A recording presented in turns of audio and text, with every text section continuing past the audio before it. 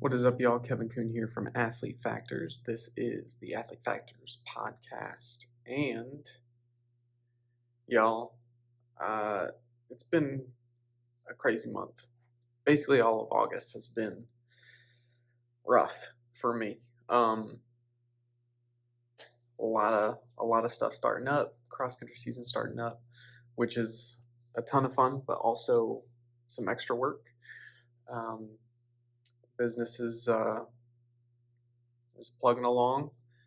It's my birthday month. Had the whole issue with the car.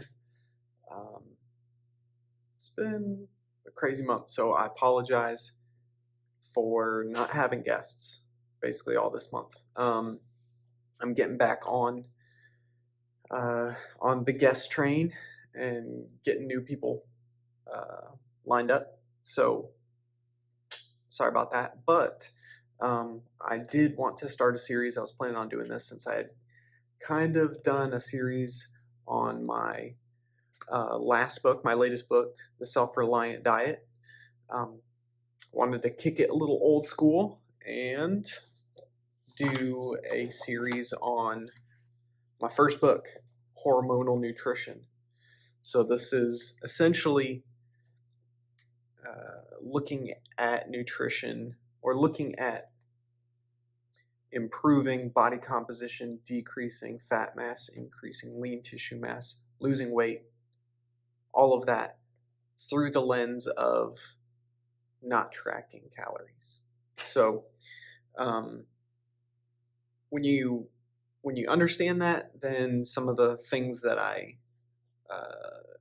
some of the ways I explain it hopefully will make a little more sense. But there's always going to be the case where I will kind of step back and say, okay, but this only makes sense within the context of, are you in a calorie deficit, or are you in a calorie surplus, or are you at maintenance? So instead of just stopping every time and saying that, I'm kind of letting you know ahead of time. This book is the reason I wrote this book was to help out my clients specifically who didn't want to track. They didn't want to have anything to do with calories. And for some people, they still want to make changes, but like having a daily audit of everything that they eat and keeping track of the caloric load and the macronutrient goals and things like that can be difficult. So the best way that I knew, especially at the time, and I wrote this I started writing it in 2012, and I think I finished it up in 2013. So it's almost a decade now. It's getting dated. But I did a year ago, year and a half ago, when I self-published this and The Self-Reliant Diet on Amazon Kindle Direct Publishing. I did go through and try to update it. So as far as I know, everything is fairly up to date, but if there is anything that y'all find problematic, please let me know. I don't know everything. But my goal is to pursue perfection, and I know I won't get there, but hopefully I'll get pretty close to excellence somewhere along the way. So all that to say, I'm going to skip through the intro and the first two chapters, and we're going to jump right into the chapter on insulin.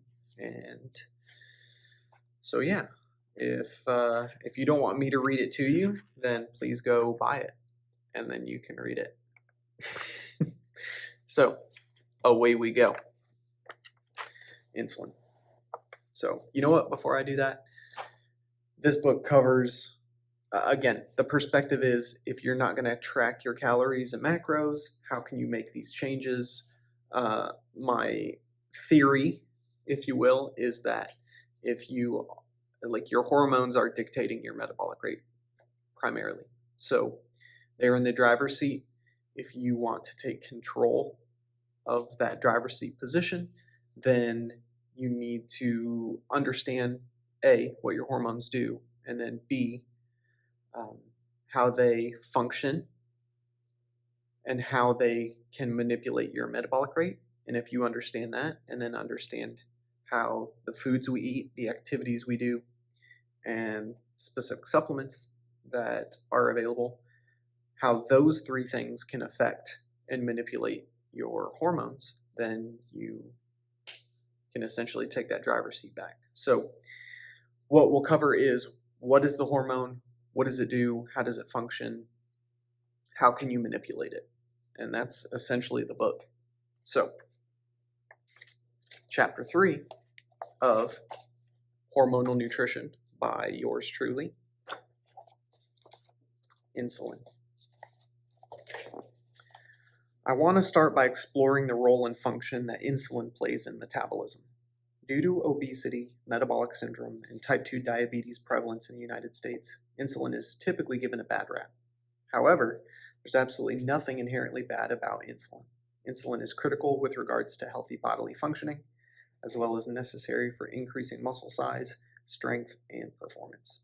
So for the next section, let us wipe the slate clean with regards to those things you've heard or read about insulin and take a look at the way it's supposed to function in metabolism. Insulin is a hormone that is produced by the pancreas. Its main job is to regulate how much glucose, blood sugar, is circulating in the blood at any given time and deliver glucose to cells, specifically muscle and fat cells. Though there are a few different roles that insulin plays in the body's immune system, brain function, and with other organ functions, we'll focus on its role in muscle and adipose tissue being fat. After you eat a meal, for example, digested carbohydrates are broken down into sugar that then enters your bloodstream. That sugar is glucose. This causes your blood glucose concentration to go up. When the body notices this is happening, it signals part of the pancreas to produce and secrete insulin, which then travels to specific spots or doors along muscle cells. These muscle cells need glucose for fuel. The problem is that glucose can't flow in and out of muscle cells whenever it wants. With the exception of post-training, that tends to be a little easier, but that's an aside.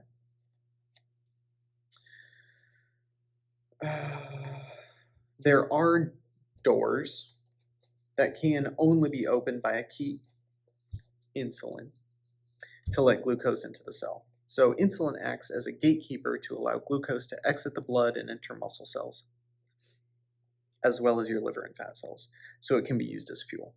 Without insulin, it would be challenging for the body to refill the muscle's gas tank. So now we can discuss why insulin has such a bad reputation. I'd like for you to think about what happens when you put gas in your car. What happens when the tank is full? The pump should automatically shut off, right?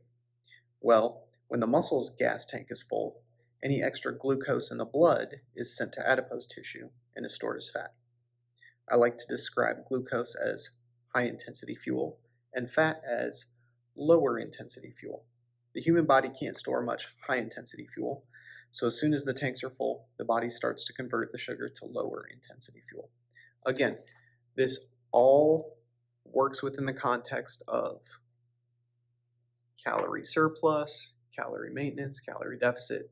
Where you exist on that spectrum will determine how much of that carbohydrate is stored as fat and how much is stored as glucose or converted to glycogen, things like that. So remember, we're looking at all of this through the lens of you're not tracking. And if you're not tracking, you're probably in a calorie surplus.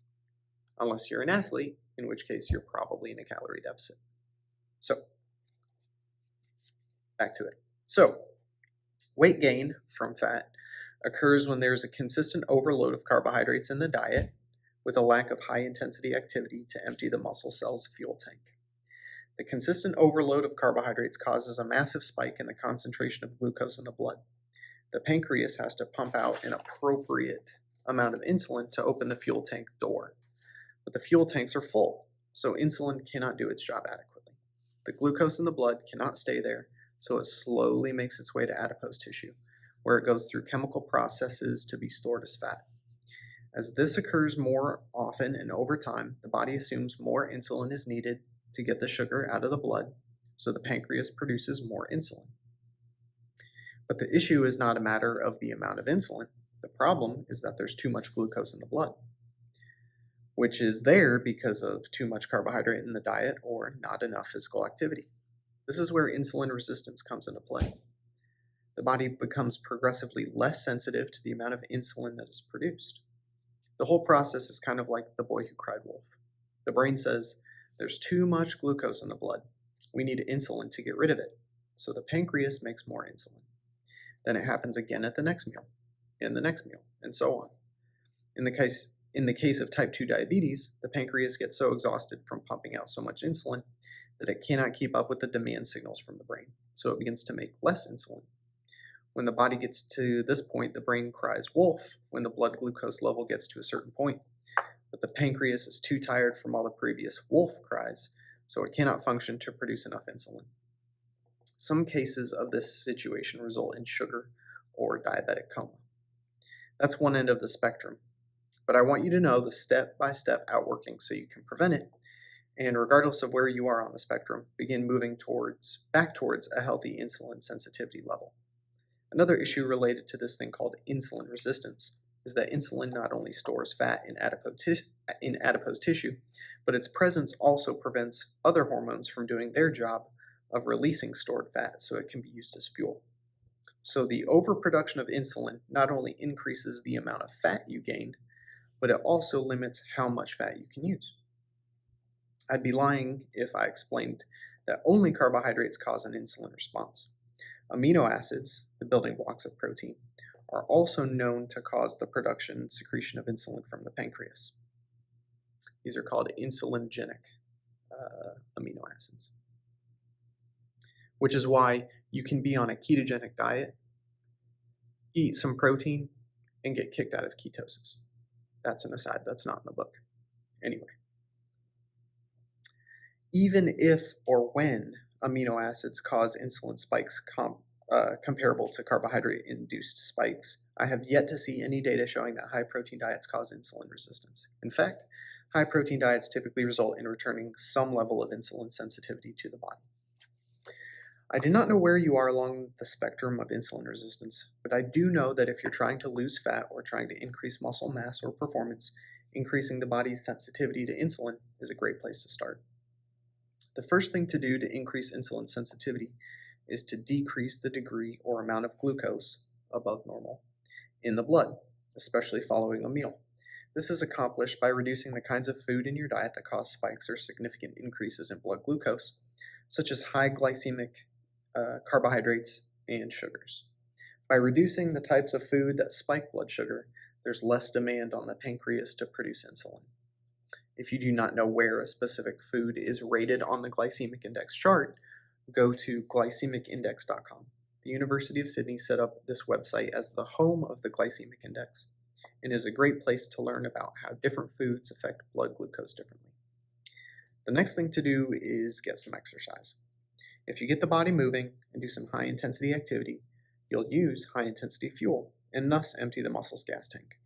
When the glucose gas tank is empty, the body has to find fuel from some other source, like fat. And insulin can do its job of opening the tank door to replace high-intensity fuel. Depending on the duration and type of exercise, among a few other things, the body will either begin to tap into stored fat, which is ideal, or it will break down muscle to convert it to high-intensity fuel. Not really ideal. So again, a little bit of an aside.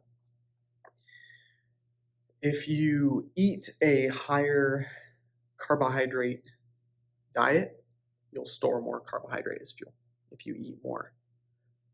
But you'll also use more carbohydrate as a source of fuel.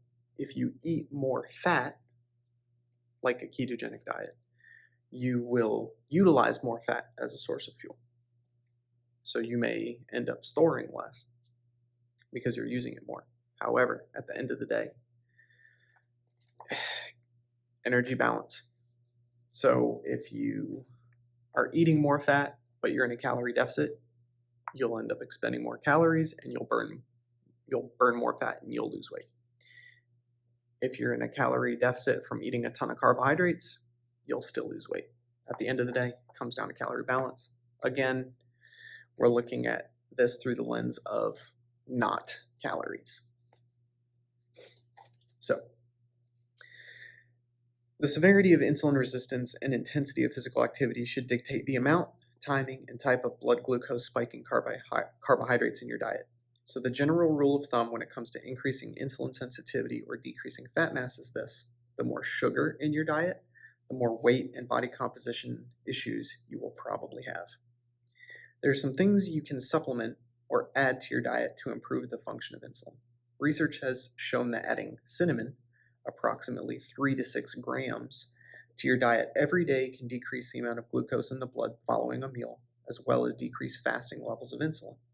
Although there is no complete consensus on the issue, some research shows that ingesting 2 teaspoons of vinegar, acetic acid, immediately before or during a carbohydrate-rich meal may have an anti-glycemic, which means limits the severity of blood spike of glucose and thus the amount of insulin produced properties, but only when the carbohydrates are complex in nature. In other words, downing a spoonful of vinegar before eating a big pasta dinner may help reduce the severity of a blood glucose spike and thus an insulin spike, but the vinegar will not be helpful if ingested right before you pound a candy bar with some soda.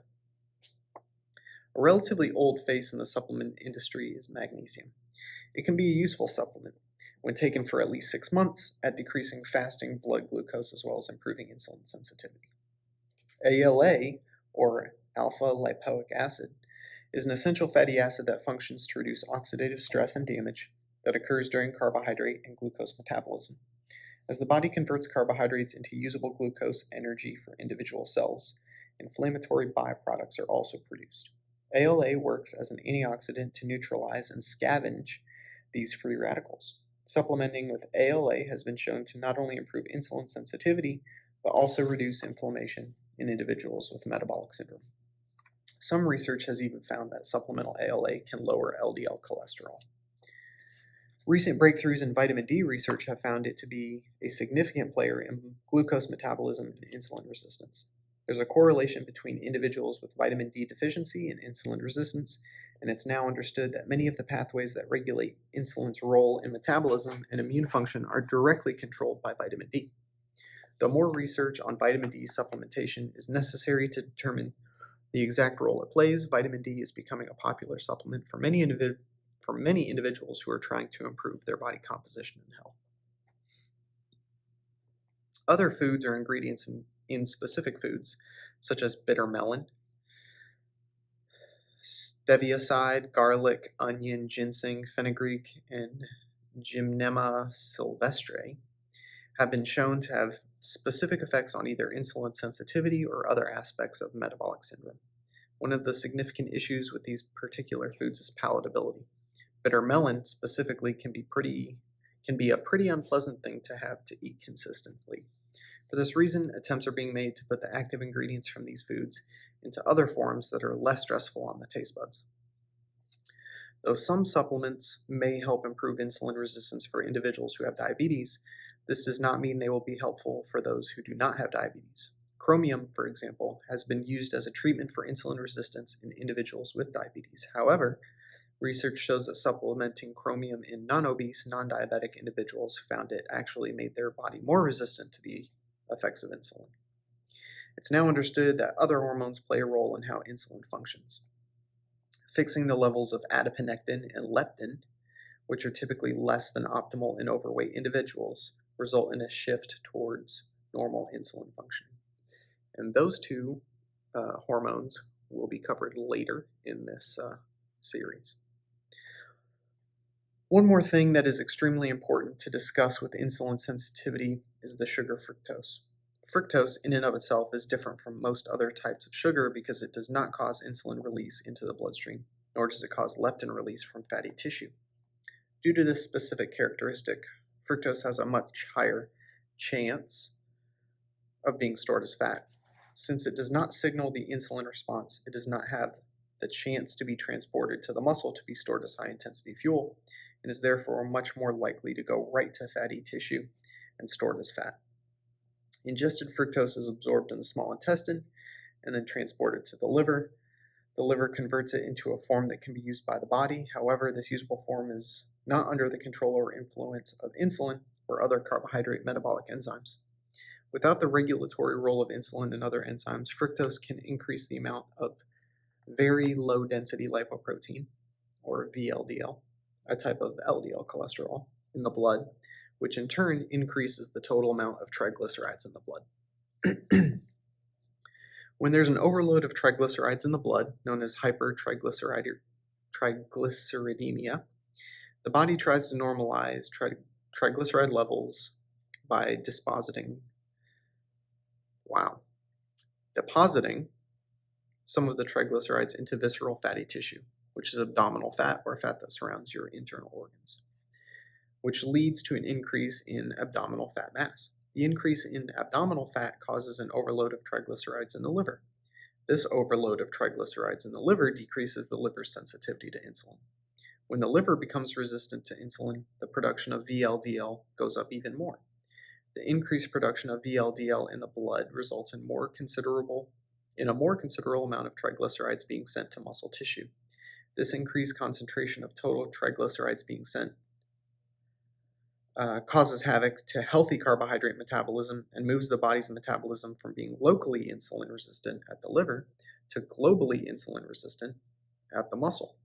The consumption of fat has a similar metabolic response in that it does not elicit an insulin response either. However, this should not be an argument for low-fat diets, since specific kinds of fat are necessary for normal body functioning and health. As briefly mentioned above, fructose does not elicit an insulin response, nor does it trigger the leptin response, which will be discussed later. The quick assumption is that one should remove all fructose from their diet to prevent this insulin and leptin resistance. However, fructose is rarely ingested by itself. Unless you're eating only agave nectar, which can be as high as 99% fructose, this may not be a real issue. Fructose by itself may be a severe problem, probably not. But even high fructose corn syrup is not all fructose. In fact, high fructose corn syrup is not that different from sucrose, which is table sugar. Both are about half fructose and half glucose. Currently, there does not exist any definitive evidence that shows high fructose corn syrup is any worse for you than regular sugar. So do not be fooled by products that are naturally sweetened using agave nectar or whatever, something that's high in fructose. They may be just as unhealthy for you as products sweetened with high fructose corn syrup. The issue comes down to how many added sugars or refined carbohydrates you eat consistently. Too many natural sweeteners will probably cause insulin resistance just as high fructose corn syrup. Again, if you're in a calorie surplus, that's the case. The other side of the insulin coin is the fact that it is considered to be the most anabolic of hormones. The reason it is given this title is that for muscle growth, increases in strength, or other desired changes within the muscle cells to occur, insulin is still the gatekeeper. Muscle growth occurs due to a cause and effect chain where all links in the chain have to be connected for the result to occur. Insulin and the receptors on muscle cells that insulin connects to are links in this metabolic chain, so understanding how to improve insulin sensitivity as well as when to elicit an insulin response is vital for improving body composition, decreasing fat mass, and increasing muscle mass. So, the bottom line, I like to get bullet points for people who think the chapters are too boring or too long. Bottom line, to improve insulin sensitivity, get up off the couch and exercise consistently. Reduce the amount of carbohydrates in your diet. Increase the amount of cinnamon and vinegar in your diet, especially before high complex carbohydrate meals. Supplement with magnesium if you are deficient. Supplement with ALA if you believe that will help. And supplement with vitamin D, again, if you are deficient. So that is the chapter on insulin. So I probably should have mentioned this before, but everyone should know I am not a doctor. And the things that I write in this book are suggestions that you can consider are by no means recommendations. So take everything with a grain of salt. Obviously, I'm trying to condense what the research is, but at the end of the day, if you don't know, you should talk with your doctor. You should talk with a dietitian. You should talk with a sports nutritionist and figure out kind of what some of the best options are. And at the end of the day, like exercise, everybody should be doing that. So that is the chapter on insulin. That's our episode today. Thanks for watching and or listening.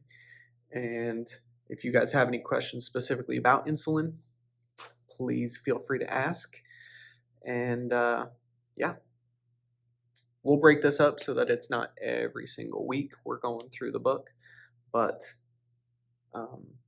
yeah, we'll try to dig through this. And yeah, if y'all have any feedback, again, please let me know. If there's something I got wrong, let me know. Would love to make it better. If there's ways to make it better, I want to do that. So, alrighty, y'all. Thanks again, and stay tuned for next week's episode. Adios.